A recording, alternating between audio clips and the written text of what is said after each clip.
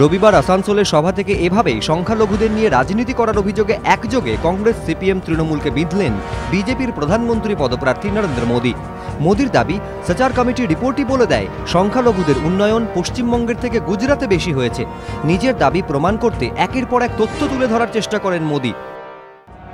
মোদীর অভিযোগ, কংগ্রেস বামেদের মতোই সংখ্যালঘুদের নিয়ে ভোট ব্যাংকের রাজনীতি করছে তৃণমূল। তার হুঁশিয়ারি, এসব বন্ধ করতে হবে।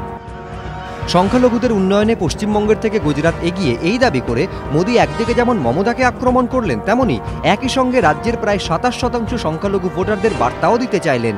এমনটাই ধারণা রাজনৈতিক মহলের একাংশের। बंगाल की धरती को विशेष नमन करता हूं।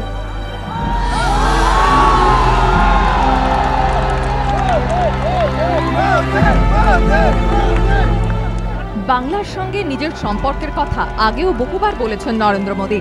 সন্ন্যাসী হতে একসময় বেলুড়েই এসেছিলেন তিনি। রবিবার রাজ্য সফরে এসে ফের একবার মা শারদা, বাংলার ইতিহাসের প্রসঙ্গ তুলে বঙ্গভূমির প্রতি নিজের ভালোবাসার কথা বললেন বিজেপির প্রধানমন্ত্রী পদপ্রার্থী। সেই সঙ্গে সুকৌশলে বাংলার ভোটারদের এই বার্তা দেওয়ার চেষ্টা করলেন যে মমতা বন্দ্যোপাধ্যায় তাঁকে লাগাতার আক্রমণ চালিয়ে গেলেও তিনি পশ্চিমবঙ্গের জন্য কাজ করবেনই। রাজনৈতিক পর্যবেক্ষকদের একাংশের মতে এই বার্তা দিয়ে মোদী সুকৌশলে এটাই বুঝিয়ে দিলেন বাংলা এবং মমতা বন্দ্যোপাধ্যায় সমর্থক নয়। তার কাছে দুটি সম্পূর্ণ ভিন্ন বিষয়। তাই বাংলার মানুষের সামনে নিজের রাজধর্মের পরিচয় দিতে বদলা নয়, বদলের ডাক দিলেন বিজেপির প্রধানমন্ত্রী পদপ্রার্থী। दोनों हाथ में रसगुल्ले हैं। दिल्ली में मोदी को लाओ, मोदी भी बंगाल का भला करे, दीदी भी बंगाल का भला करे, हो जाए कॉम्पिटिशन। লাড্ডুর পর এবার রসগোল্লা। বাংলার মানুষকে ডাবল ফায়দার ফর্মুলা বাতলে দিলেন নরেন্দ্র মোদী।